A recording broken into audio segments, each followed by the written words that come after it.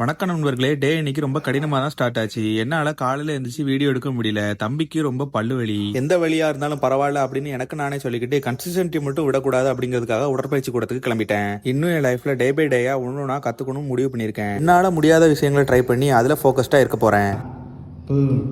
சந்தன கோபார் பொல்லாங்கி வார் இலக்கி பசாவோர்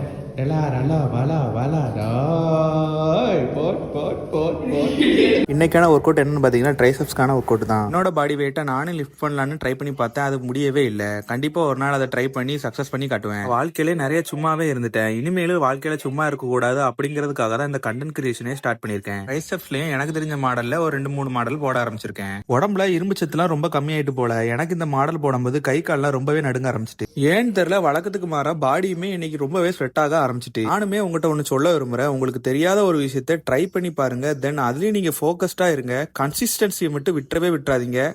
வலிமையா இருங்க.